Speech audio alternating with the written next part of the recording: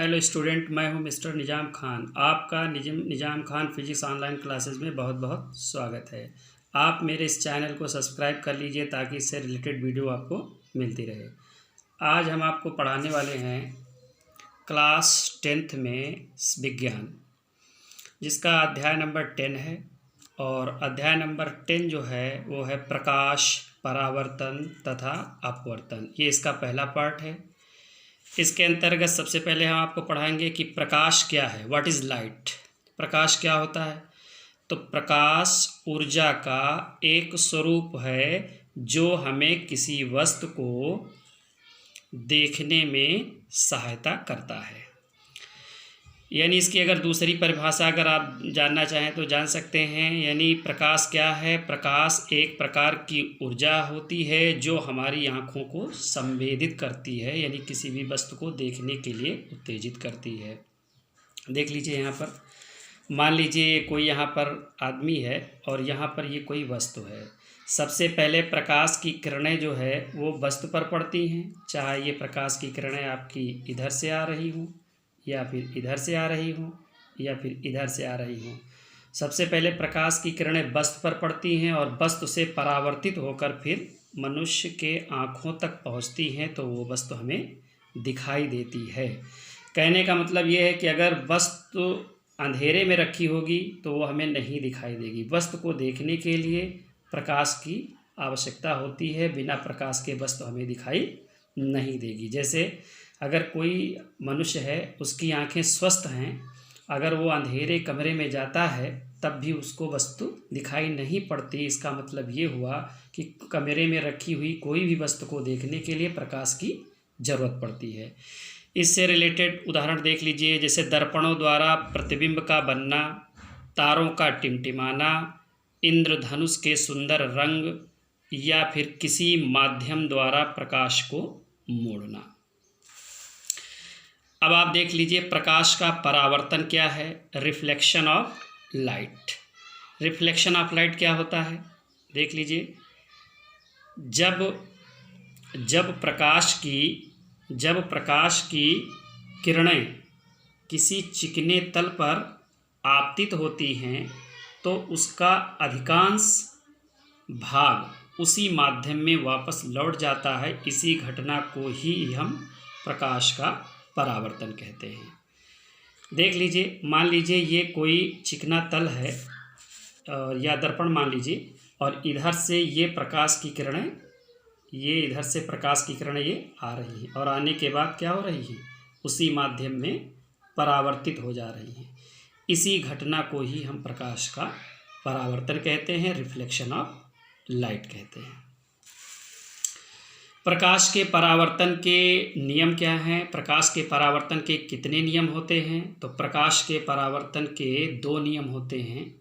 What is the laws of reflection of light? प्रकाश के परावर्तन के नियम। तो प्रकाश के परावर्तन का जो प्रथम नियम है वो है आपतित किरण, परावर्तित किरण तथा अभिलंब। तीनों एक ही तल में स्थित होते हैं या फिर तीनों एक ही बिंदु से होकर जाते हैं। इधर चित्र में देख लीजिए, ये मान लीजिए आपका कोई चिकना तल है और इस चिकने तल पर ये आपकी आपतित किरण हो गई और ये आपकी परावर्तित किरण हो गई और ये हो गया आपका अभिलंब। ये तीनों के तीनों जो है इस बिंदु से होकर जा रहे हैं, इस बिंदु से होकर पास होते हैं या एक ही तल में स्थित होते हैं। यही जो है प्रकाश के परावर्तन का पहला नियम है।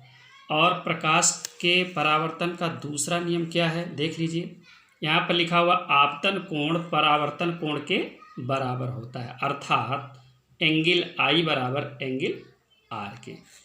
यहाँ से फिगर में देख लीजिए, ये जो आपका है इसको हम आपतन कोण कहते हैं और ये वाला जो कोण होता है इस कोण को हम परावर्तन कोण कहते हैं। आपतित किरण के द्वारा बना कोण जो है आपतन कोण कहलाता है और परावर्तित किरण के द्वारा बना कोण परावर्तन कोण कहलाता है। लेकिन ये जो कोण बनता है ये हमेशा अभिलंब से बनता है। यहाँ से ये कोण लिया जाएगा और यहाँ से ये कोण लिया जाएगा, ना कि यहाँ पृष्ठ से लिया जाएगा। इससे प्रश्न अगर यहाँ से लेते हो तो आपका प्रश्न गलत हो जाएगा। तो ये है प्रकाश के परावर्तन का दूसरा नियम। दूसरा नियम क्या हो गया? आपतन कोण जो है वह परावर्तन कोण के बराबर होता है। अब देख लीजिए आगे आपका कि प्रदीप्त वस्तुएं क्या हैं। प्रदीप्त वस्तुएं किसे कहते हैं? वह वस्तुएं जो प्रकाश को उत्सर्जित करती है, यानी जिनके अंदर प्रकाश विराजमान होता है, उसे ही हम प्रदीप्त वस्तुएं कहते हैं या फिर दीप्तमान वस्तुएं कहते हैं। जैसे सूर्य है, तारा है और भी बिजली का जलता हुआ बल्ब है। जिनके अंदर स्वयं का प्रकाश होता है उसे प्रदीप्त वस्तुएं कहते हैं। सूर्य के अंदर स्वयं का प्रकाश है, तारों के अंदर स्वयं का प्रकाश है, इस तरह से ये दीप्त वस्तुएं कहलाएंगी। लेकिन चंद्रमा आपका दीप्त वस्तु के अंतर्गत नहीं आएगा, क्योंकि सूर्य की किरणें चंद्रमा पर पड़ती हैं, तब वो चंद्रमा जो है उन किरणों को अवशोषित करके तब वो रिफ्लेक्ट करता है, परावर्तित करता है, इसलिए उसके अंदर स्वयं का प्रकाश तो है नहीं, इसलिए चंद्रमा जो है वो आपका प्रदीप्त वस्तु नहीं है। अदीप्त वस्तुएं क्या हैं? अप्रदीप्त वस्तुएं क्या हैं? वह वस्तुएं जो स्वयं प्रकाश उत्सर्जित नहीं करती हैं उसे अप्रदीप्त वस्तुएं कहते हैं। जैसे कुर्सी है, मेज है और पौधे हैं, ये जो है अप्रदीप्त वस्तुएं कहलाती हैं। प्रकाश की किरण क्या है? प्रकाश की किरण क्या होती है? एक सरल रेखा में चलने वाले प्रकाश को ही प्रकाश की किरण कहते हैं। जैसे मान लीजिए ये आपका सूर्य है, या सूर्य या प्रकाश स्रोत है कोई, और यहाँ से प्रकाश की किरणें आगे चल रही हैं ऐसे, ये देखो चल रही हैं ऐसे, चल रही हैं। यहाँ पर कोई एक अपारदर्शी पदार्थ रखा गया है और इस अपारदर्शी पदार्थ के अंदर अगर एक छिद्र कर दिया जाए, ऐसे एक अंदर से छिद्र कहीं कर दिया जाए, तो ये प्रकाश की किरणें आएंगी और टकराने के बाद एक छिद्र से होती हुई बिल्कुल सीधी चली जाएंगी। इसे ही हम क्या कहते हैं? प्रकाश की किरण कहते हैं। प्रतिबिंब क्या होता है? प्रतिबिंब क्या है? What is image? जब दर्पण के सामने किसी वस्तु को रखा जाता है या फिर रखते हैं तो उसकी आकृति दर्पण में बन जाती है, उसे ही हम प्रतिबिंब कहते हैं। जिस वस्तु को दर्पण के सामने रखा जाता है उसे बिंब कहते हैं, और जो दर्पण में आकृति बनती है उसे हम प्रतिबिंब कहते हैं। तो ये तो इमेज की डेफिनेशन हो गई कि जैसे आप शीशे के सामने, दर्पण के सामने, आईने के सामने जब खड़े होते हैं तो आपकी आकृति उसमें आ जाती है, इसे ही हम प्रतिबिंब कहते हैं।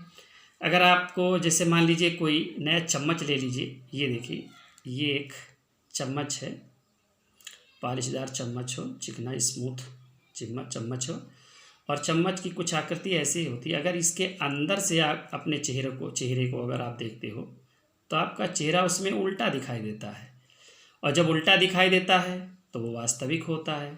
अगर इसी चम्मच के बाहरी हिस्से से, इधर वाले हिस्से से, ये वाले हिस्से से, ये वाले हिस्से से अगर आप अपने चेहरे को देखते हो तो आपका चेहरा सीधा दिखाई देता है। जब आपका चेहरा सीधा दिखाई देगा तो वह आभासी होगा, और अगर आपका चेहरा उल्टा दिखाई देता है तो वास्तविक होता है।